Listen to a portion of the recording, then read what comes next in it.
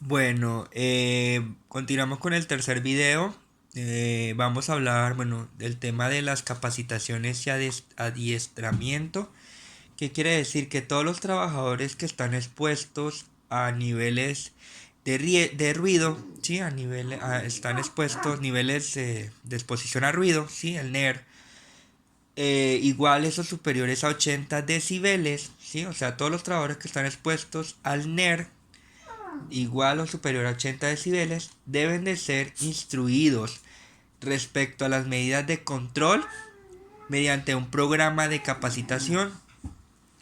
¿Qué quiere decir? Que toda empresa tiene que contar con un programa de capacitación donde se establezca todos los temas que tiene que conocer los trabajadores por medio de las capacitaciones. Entonces, mediante ese programa de capacitación tiene que incluir todos los efectos a la salud, ¿sí?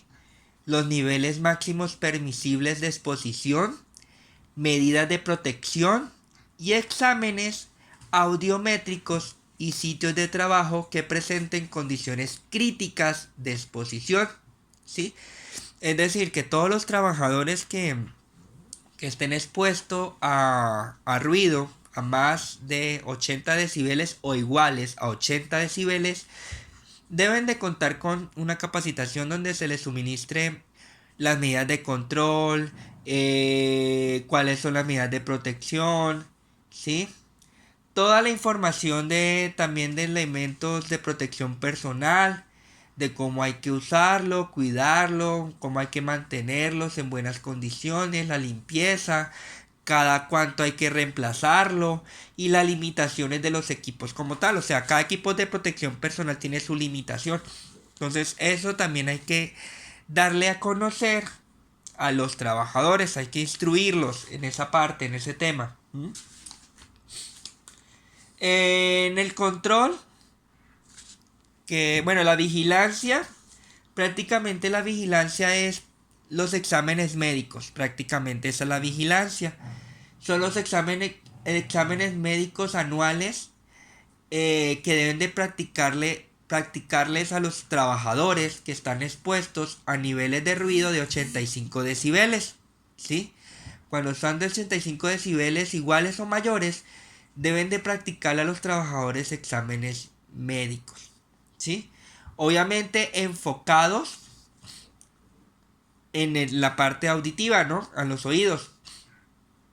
También hay que tener en cuenta, hay que mirar en esta parte de la vigilancia de la salud, según lo que establezcan las normas oficiales mexicanas, que al respecto emita la Secretaría de Salud. Hay que tener en cuenta también la Secretaría de Salud. Ahí nos dice que los trabajadores expuestos a ruido eh, deben de practicarle ciertos exámenes médicos, ¿sí? Entonces, por lo general es el examen más, pues el que se le ve practicar es el audiométricos. Esos exámenes audiométricos hay que hacerles a los trabajadores. Pero de todas maneras ustedes pueden checar en la Secretaría de Salud, ¿sí? ¿Qué normatividad exige en este tema? Pueden como ampliar la información, pero por lo general son exámenes audiométricos, ¿sí? Y en el control, en esta parte del control, dice que prácticamente pues el control son aquellas medidas que se deben de efectuar, ¿no? Deben de implementar de acuerdo a las evaluaciones. ¿Qué medidas de control se puede efectuar? Por ejemplo, efectuar labores de mantenimiento preventivo y correctivo de las fuentes generadoras de ruido.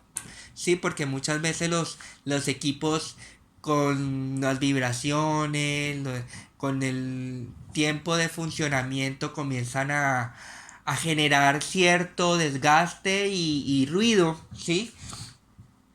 También la o sustitución o modificación de equipos o procesos, ya pues poner de pronto unos equipos más sofisticados, ya menos, que son menos ruidosos, ya como ustedes saben la tecnología ha avanzado tanto que nos facilita más la vida, Entonces en el ámbito laboral es igual.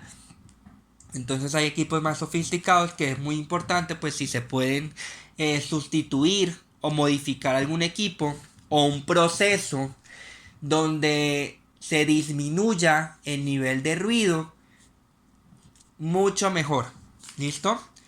Por ejemplo, también un control, también podemos implementar como distribución planificada y adecuada del equipo de planta, es decir, la distribución, la forma de cómo van a estar ubicados los equipos en un área determinada, ¿sí? Con el fin de evitar que el ruido llegue a los oídos del trabajador con gran fuerza. Entonces la idea es el tema de la frecuencia. Entonces hay que saber también la distribución planificada y adecuada de los equipos en un área. ¿Sí? También podemos, otro control es el acondicionamiento acústico de las superficies interiores de los recintos. Ese acondicionamiento acústico son como paredes acústicas que evitan que el ruido viaje, o sí, como encerramientos, ¿sí? Como cabinas, sí, puede instalar también cabinas, sí, barreras, o bueno. También podemos, en el tema de control, también podemos implementar controles en la parte administrativa.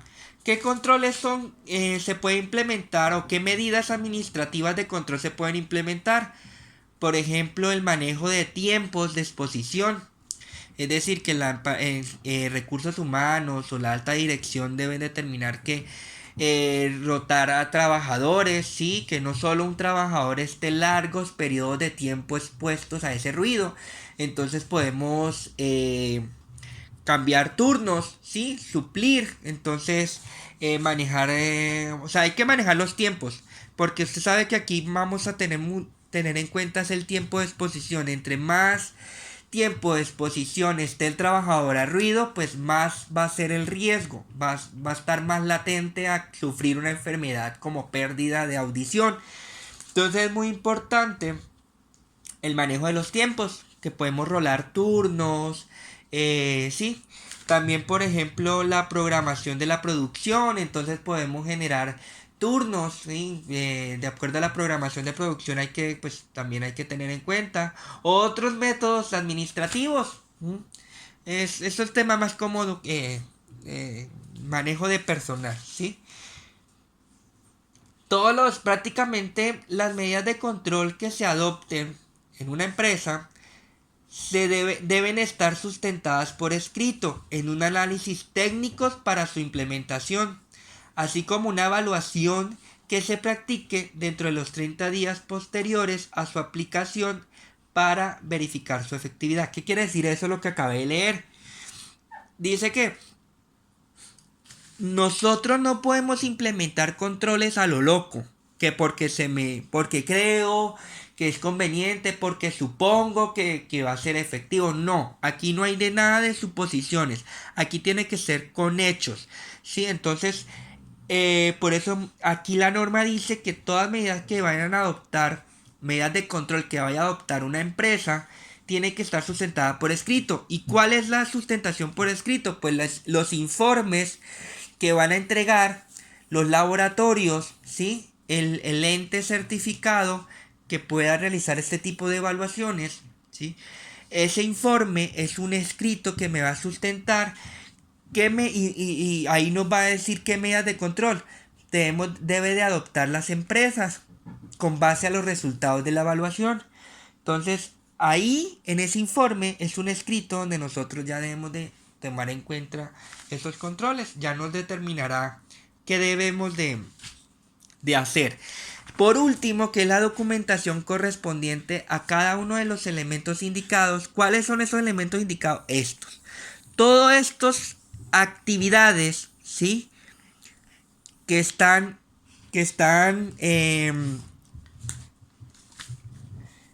programadas, deben de estar documentadas, ¿sí? Todas estas actividades que están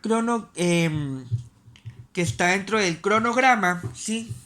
que estas son cronograma de actividades o programa de actividades, deben de estar documentadas.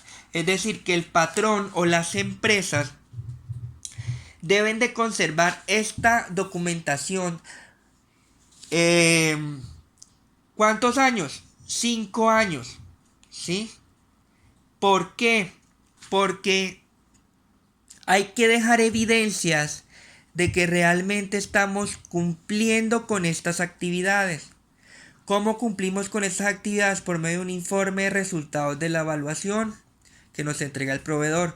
¿Cómo estamos cumpliendo con esta actividad? Pues por medio de la compra de elementos de protección personal y también un formático de entrega de elementos de protección personal donde va la firma del trabajador, donde se constate que realmente se le ha suministrado el equipo de protección personal. Y capacitación y adiestramiento, pues son los registros de asistencia, el programa de capacitaciones. Entonces, si en el programa de capacitaciones dice que para tal fecha vamos a dictar una capacitación de los cuidados del oído, pues debe de tener esa misma fecha que está el programa, el registro de asistencia a la capacitación con el nombre y la fecha y los trabajadores que asistieron.